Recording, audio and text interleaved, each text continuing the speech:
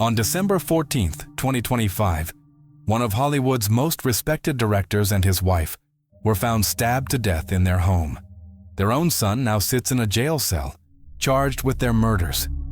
This is the story of how a family that seemed to have everything fell apart in the most horrifying way possible. December 15th, 2025. The entertainment world woke up to news that felt impossible to process. Rob Reiner was dead. Michele Singer Reiner, his wife of 36 years, was also dead. And within hours, the Los Angeles Police Department confirmed what nobody wanted to believe.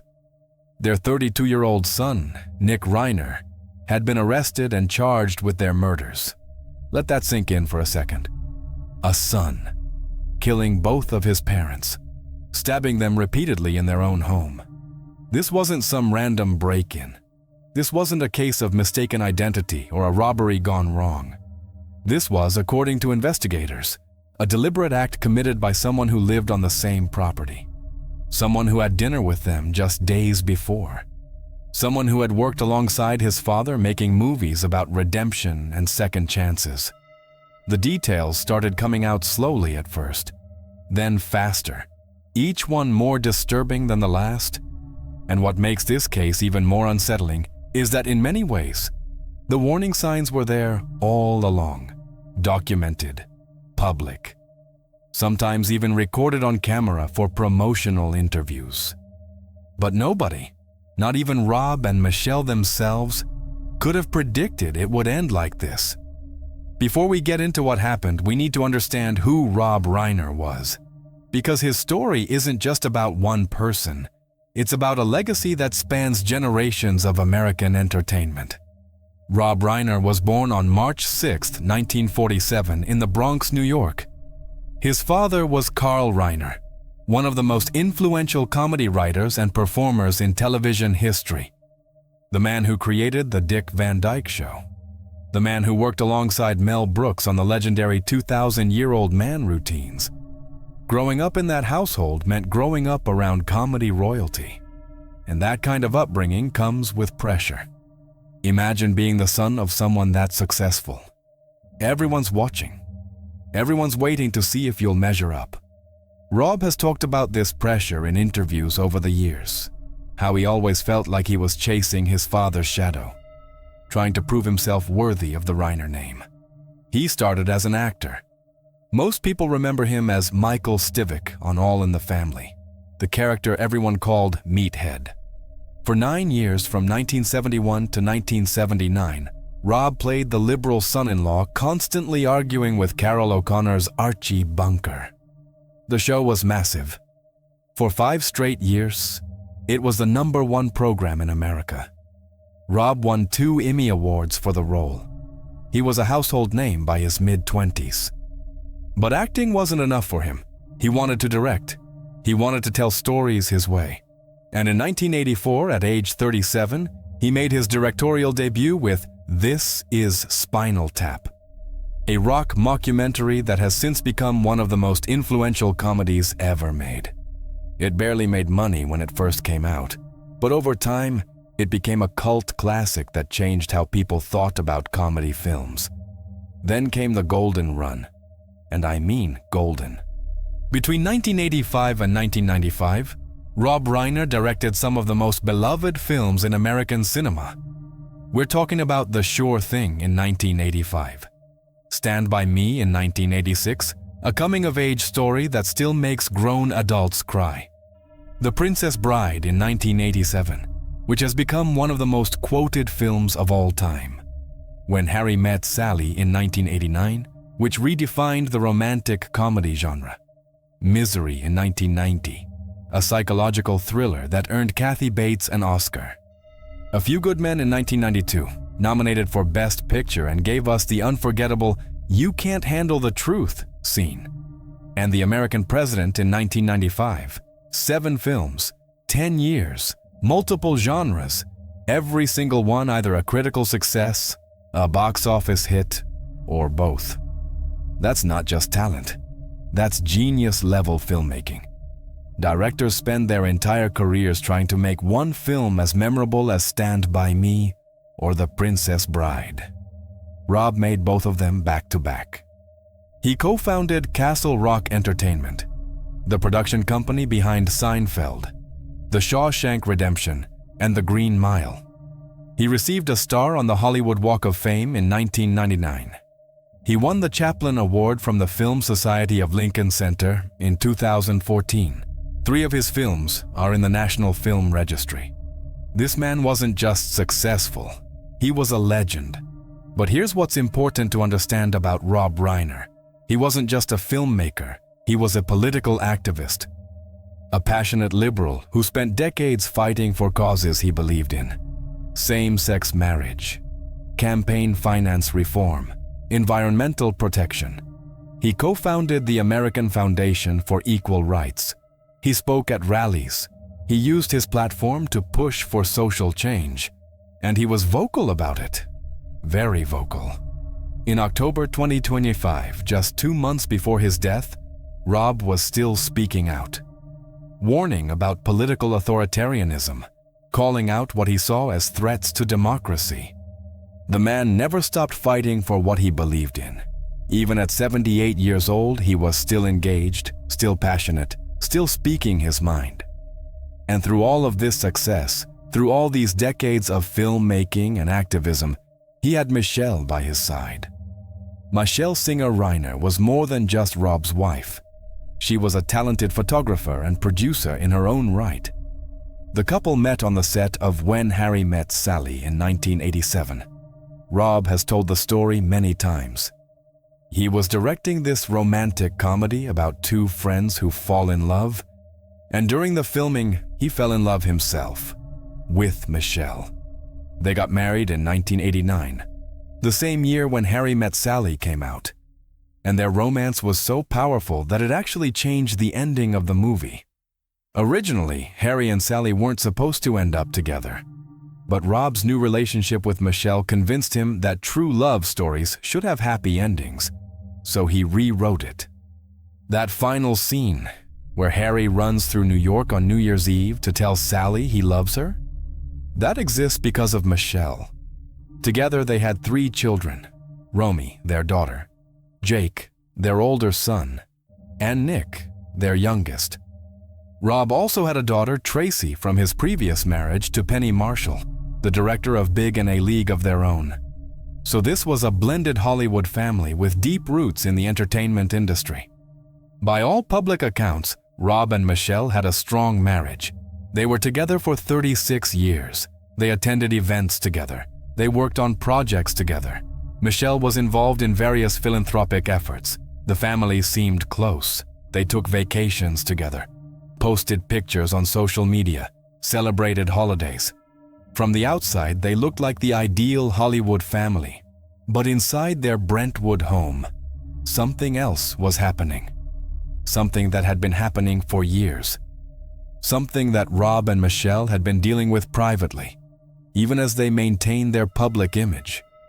Because their youngest son, Nick, was suffering. And despite everything they tried, despite all their resources and their love, and their desperate attempts to help him, they couldn't fix it. Nicholas Reiner was born into privilege. There's no other way to say it. He grew up in one of the wealthiest neighborhoods in Los Angeles. His father was a famous director. His grandfather was a comedy legend. He went to the best schools, had access to the best opportunities. By any objective measure, Nick had every advantage a person could have. And yet, by the time he was 15 years old, Nick was deep into drug addiction. In interviews from 2016, Nick was brutally honest about his struggles. He talked about using methamphetamine and heroin. He talked about being homeless. Not because his family kicked him out onto the streets permanently, but because he would choose being homeless over going to rehab. He said he spent nights sleeping outside, weeks at a time, completely strung out, living rough in places like Maine, New Jersey, and Texas. "I am a spoiled, white, rich kid from a Hollywood family," Nick told NPR in 2016, "but I think it's even more of a testament to how powerful drugs can be that you don't care about any of that stuff." Think about that statement. A young man acknowledging his privilege while simultaneously explaining how addiction erased all of it. How it made him willing to give up comfort, safety, family, everything, just to keep using drugs. Nick first entered rehab at 15. Over the next several years, he would go in and out of treatment centers 17 times. 17. Each time, his parents hoped it would be the one that worked. Each time, Nick would stay clean just long enough to get out, and then he would use again. In a 2016 appearance on the podcast Dopey, which focuses on addiction and recovery, Nick described how he learned to game the system. I just was like, you know what? I want to go home. And so I just stayed sober long enough till I could go home, and then, I just went home and did drugs, he explained. He also talked about moments of violence and rage during his addiction. At one point, while staying in his parents' guest house, Nick got spun out on uppers and went on a destructive rampage. I started punching out different things in my guest house, he said. I think I started with a TV, and then I went over to the lamp. This was years before the murders, but it shows a pattern. When Nick was using, he became violent. He destroyed property. He lashed out. For Rob and Michele, this was torture. Pure torture. Rob has talked about getting advice from addiction specialists who told him he needed to practice tough love. That he had to be hard on Nick, set boundaries, not enable the addiction. But Rob admitted that wasn't his nature. I'm not a disciplinarian, he said in a 2016 interview. I'm an actor, so I have to act. I'll act like a guy who, is tough. Can you imagine that? Having to pretend to be harsh with your own child because the experts tell you it's the only way to help them survive. Knowing that being too soft might enable them to keep using, but being too hard might drive them away completely. It's an impossible position for any parent. Michele was going through the same hell. Less publicly, but just as painfully. Friends described her as devoted to her children, constantly worried about Nick, always hoping for a breakthrough, always praying for the day when her son would finally get and stay clean. In 2015, something unexpected happened. Nick, who had been clean for a while at that point, decided he wanted to tell his story, not through interviews or a memoir, but through a film. He co-wrote a screenplay with Matt Elisafon, a friend he had met in rehab. The script was called Being Charlie, and Rob agreed to direct it. The film tells the story of Charlie Mills, an 18-year-old from a wealthy family whose father is an actor running for governor. Charlie keeps escaping from rehab. He struggles with recovery. He fights with his father. It was clearly based on Nick's own experiences, though the details were fictionalized enough to create some distance. Making this movie became a therapeutic experience for both father and son. In interviews promoting the film, Rob talked about how it forced him to see things from Nick's perspective. It forced me to have to see more clearly and understand more deeply what Nick had gone through, Rob said. And I think it forced him to see things that I had experienced during this process, and it definitely brought us closer together. Nick described the experience as overwhelming but necessary.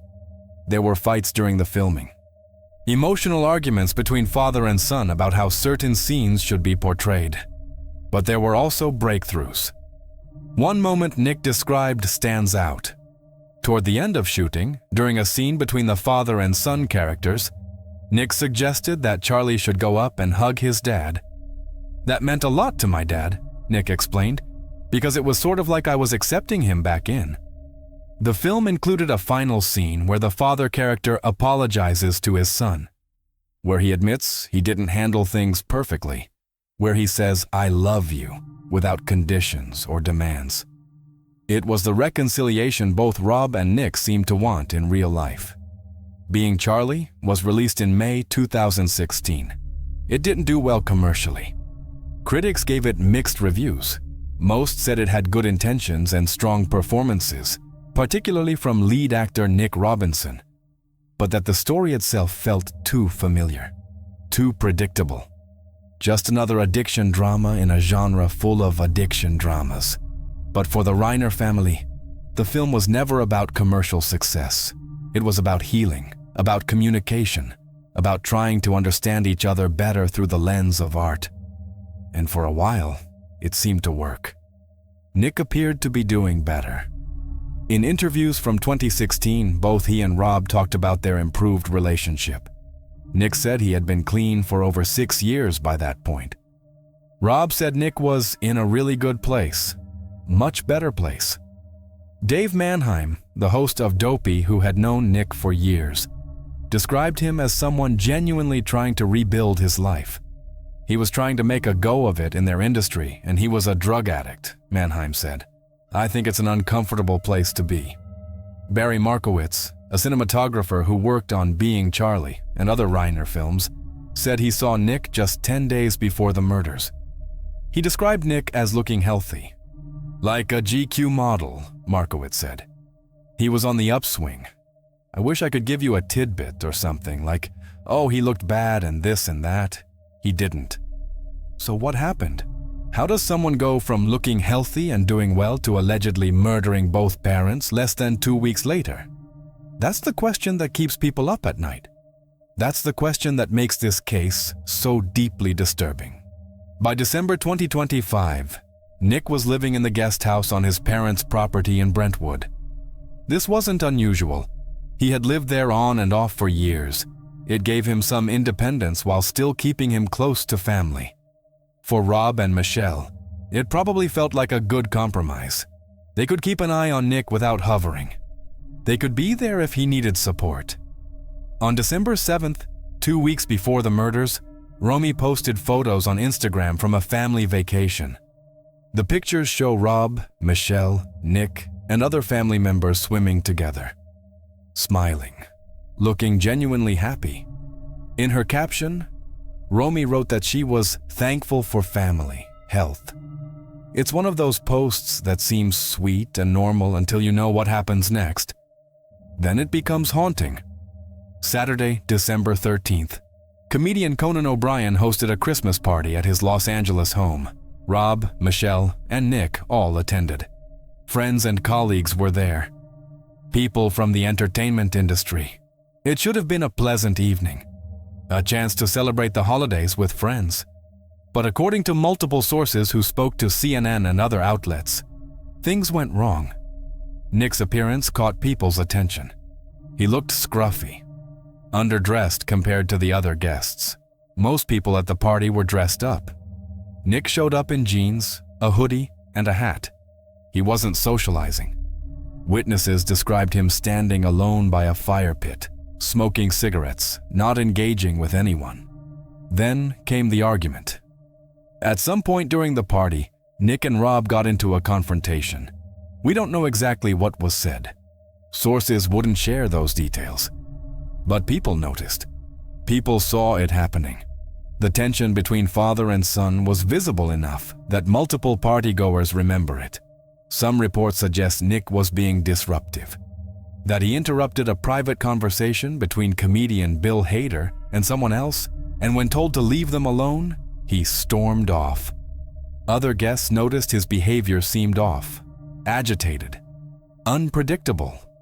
Rob and Michele left the party at some point. Whether Nick left with them or separately isn't entirely clear from the reports, but all three of them eventually made it back to their Brentwood home that Saturday night. What happened next is based on what investigators have pieced together. According to prosecutors, in the early morning hours of Sunday, December 14th, Nick entered his parents' home. He went into their bedroom, and he attacked them with a knife, multiple sharp force injuries. That's what the Los Angeles County Medical Examiner's report says. Rob Reiner, 78 years old, Michele Singer Reiner, 70 years old, stabbed repeatedly in their own bed, in the home where they had raised their children, in the place where they should have felt safest. The violence of it is hard to comprehend. This wasn't a quick, impulsive act. According to what we know about the injuries, this was sustained. Brutal, the kind of attack that shows rage, the kind that makes you wonder what was going through Nick's mind as it was happening. After the attack, Nick fled. He didn't stay at the property. He didn't call for help. He left his parents there, dying or already dead, and he ran. For several hours on Sunday, December 14th, nobody knew what had happened at the Reiner home. Rob and Michele were lying dead in their bedroom. Nick was gone. The house was quiet. Romy Reiner, Rob and Michele's daughter, lived across the street from her parents. This detail becomes important. She could see their house from hers. On Sunday afternoon, around 3 p.m., something made her decide to check on them.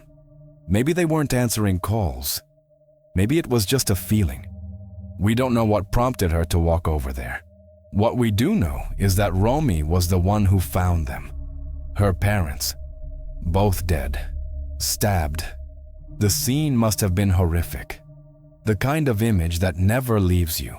The kind of moment that changes everything about how you see the world. Romy called 911. Los Angeles Police Department officers arrived at the Brentwood mansion. Homicide detectives were called in. The scene was secured. And very quickly, investigators began putting together what had happened. They spoke with family members. They learned that Nick had been staying in the guest house. They learned about his history of addiction. They learned about the argument at Conan O'Brien's party the night before. And they learned that Nick was missing.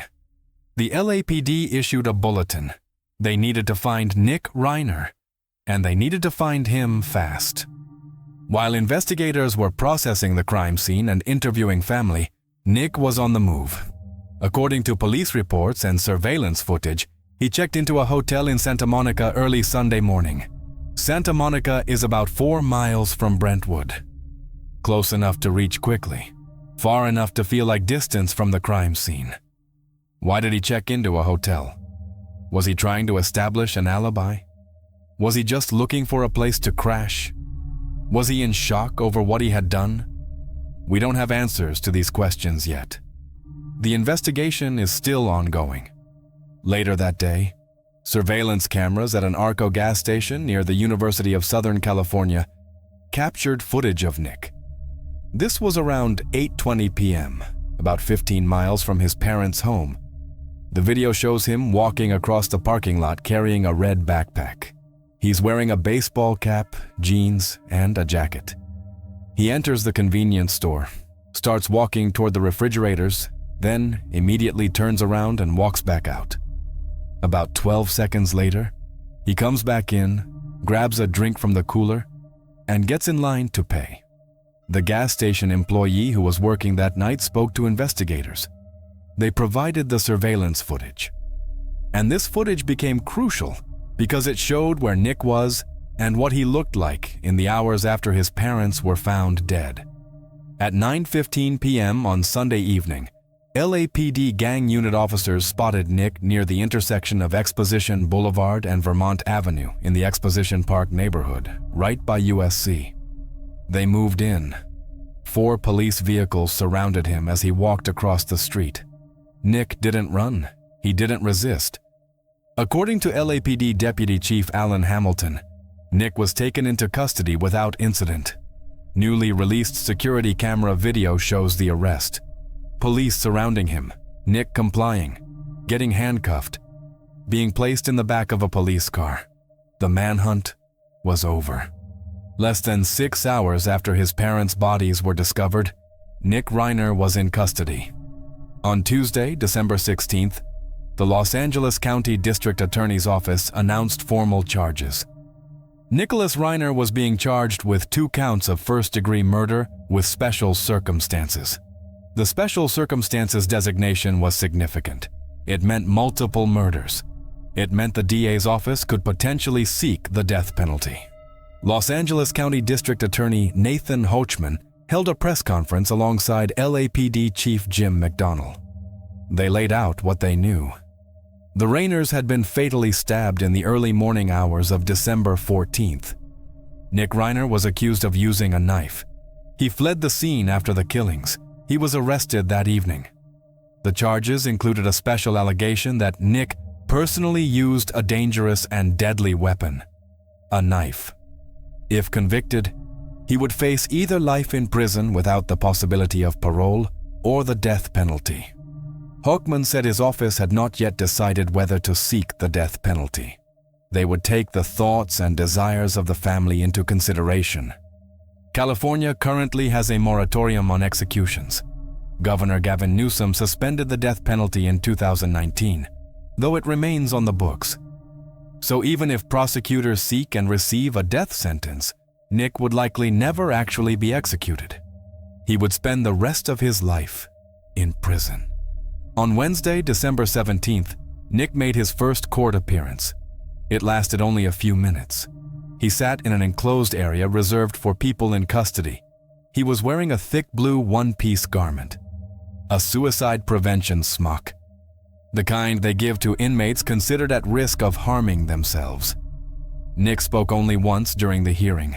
When the judge asked if he waived his right to a speedy arraignment, he said quietly, "Yes, Your Honor." His arraignment was rescheduled for January 7th, 2026. Outside the courthouse, Nick's attorney, Alan Jackson, spoke briefly to reporters. He called the deaths a devastating tragedy for the family. He said there are very complex and serious issues that are associated with this case. He didn't elaborate, he didn't take questions. He made it clear that this wasn't going to be a straightforward case. That same day, the Los Angeles County Medical Examiner officially released their findings. Rob Reiner died from multiple sharp force injuries. Michele Singer Reiner died from multiple sharp force injuries. Both deaths were ruled homicides. Both bodies were later released to the family for burial arrangements. Also on Wednesday, Nick's siblings Jake and Romy released a joint statement. It's worth reading in full because it captures the impossible position they're in. Words cannot even begin to describe the unimaginable pain we are experiencing every moment of the day. The horrific and devastating loss of our parents, Rob and Michele Reiner, is something that no one should ever experience. They weren't just our parents. They were our best friends.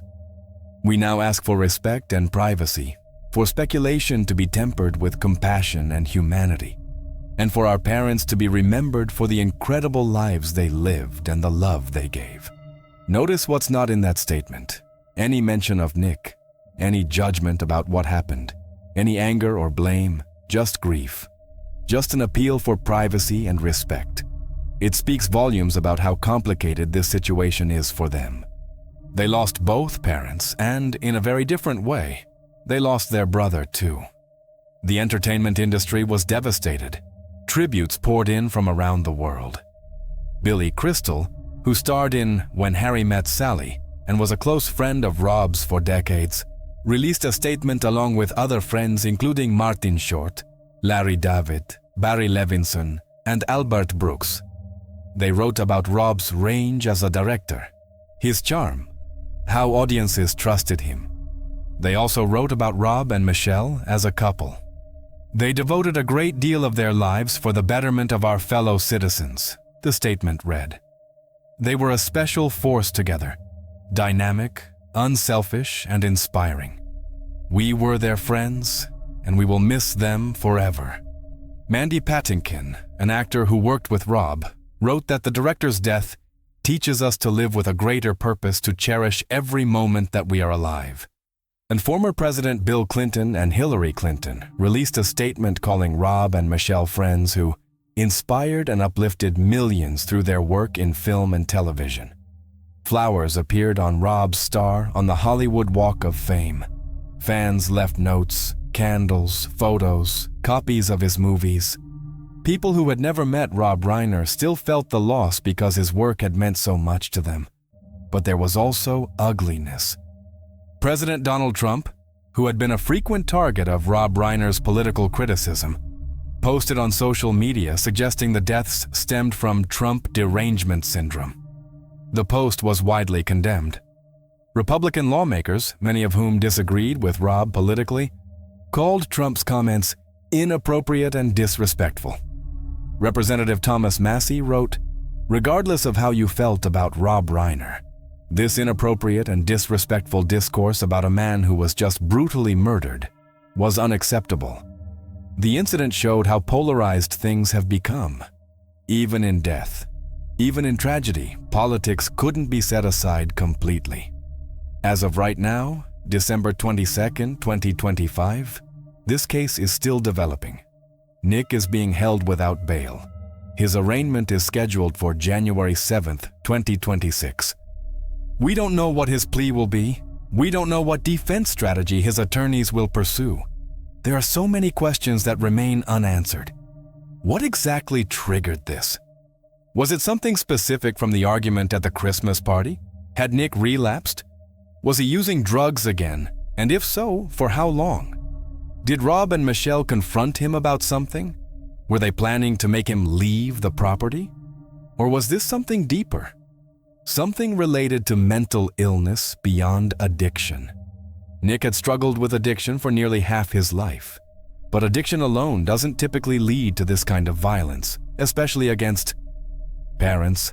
There's usually something else going on, some combination of factors that creates a perfect storm. District Attorney Huckman mentioned that mental health issues could be part of the case, that the defense might present evidence about Nick's mental state. In California, defendants can plead not guilty by reason of insanity. They can argue diminished capacity. The legal proceedings could take years to resolve. What we do know is this was a family that had been struggling for a very long time. Publicly, they tried to maintain normalcy. They made a movie together about addiction and recovery. They talked about getting closer, about understanding each other better. But privately, behind closed doors, something wasn't working. Something was broken in a way that all the love and money and resources in the world couldn't fix. Barry Markowitz, the cinematographer who knew the family, said something that sticks with me. He called them stronger than strong as a family unit. And yet, that strength wasn't enough. That closeness wasn't enough. Sometimes families can do everything right and still end up in tragedy. The addiction community has been talking about this case too. On forums and podcasts, people who understand the struggle firsthand have been discussing what might have led to this. Some point to the lifelong nature of addiction. How you're never really cured. You're just managing it day by day. How relapses can happen even after years of sobriety. How the shame of relapsing, especially for someone who had been so public about their recovery, could trigger desperate actions. Others talk about the complexity of being the child of famous parents, the pressure, the feeling that you'll never measure up. The way addiction can become tangled up with identity and family dynamics in ways that are hard to untangle. Some have mentioned the statistics, that family members are often the victims in cases of violence committed by people with severe mental health or addiction issues. That living with someone who's struggling creates this proximity that can become dangerous if things deteriorate. But statistics and theories don't really capture what happened here. A 78-year-old man and his 70-year-old wife, lying in their bed, were killed by their own son. A young man who they loved, who they tried to help for 17 years, who they made a movie with, who they welcomed into their home even when it might not have been safe to do so. That's not a statistic. That's a tragedy of love and hope and the limits of what family can fix. What happened in that house in the early hours of December 14th will likely never be fully understood by anyone who wasn't there. Nick is the only living person who knows exactly what transpired. What was said? What thoughts were running through his mind? What pushed him to the point where he would take a knife and attack the two people who brought him into this world? Maybe it will come out during the trial. Maybe Nick will explain. Maybe we'll hear testimony about his mental state, his drug use, his motivations. Or maybe we won't. Maybe this is one of those cases where even after all the legal proceedings, even after the verdict, we still won't really understand how it happened. What we can say with certainty is that 3 lives ended in that Brentwood mansion on December 14th. Rob and Michele died physically. Nick's life, as he knew it, ended too.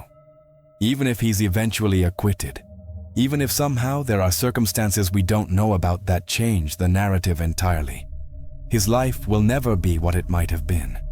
He'll always be the son who was accused of this, the brother whose actions shattered his family, The person whose story went from redemption narrative to murder case. And Jake and Romy lost everything. Both parents gone in an instant, their brother arrested and charged with killing them. Their family name, synonymous with Hollywood magic and beloved films, now linked forever to this tragedy. There's no recovery from that. There's no way to put that back together. They'll carry this for the rest of their lives.